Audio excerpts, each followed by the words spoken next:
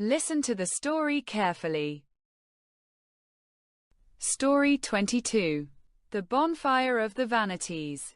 I thought life in the city was about power, money and looking successful, and I chased it with everything I had. Deals, parties and status became my world, until one mistake turned everything upside down. Suddenly, people judged me. Rumors spread and the life I built seemed fragile. I saw greed, envy and fear everywhere and realized how quickly appearances can crumble. Friends became distant. Enemies multiplied and I had to face truths I had ignored.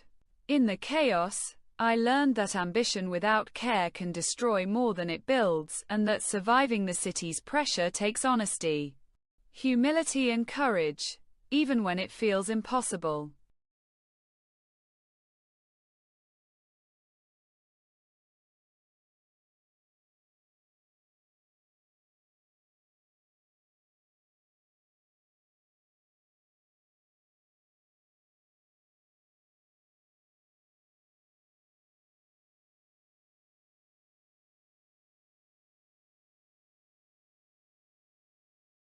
Answer the following questions.